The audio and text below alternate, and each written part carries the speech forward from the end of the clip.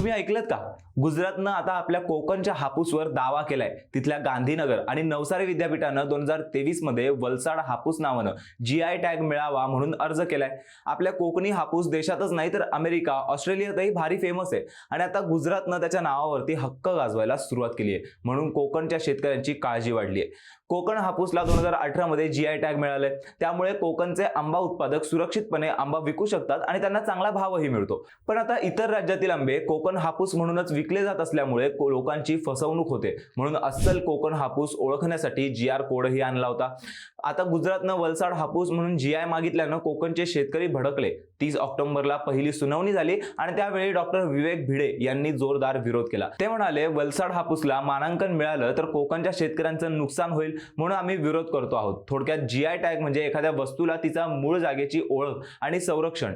जसं की दार्जिलिंग चहा म्हणजे दार्जिलिंगचं, कोल्हापुरी चप्पल म्हणजे कोल्हापुरातली, तसंच हापूस म्हणजे कोकणातलाच. त्यामुळे आता बघायचंय की वलसाड हापूसला नामांकन मिळतं की कोकणच्या हापूसचं नाव असतं.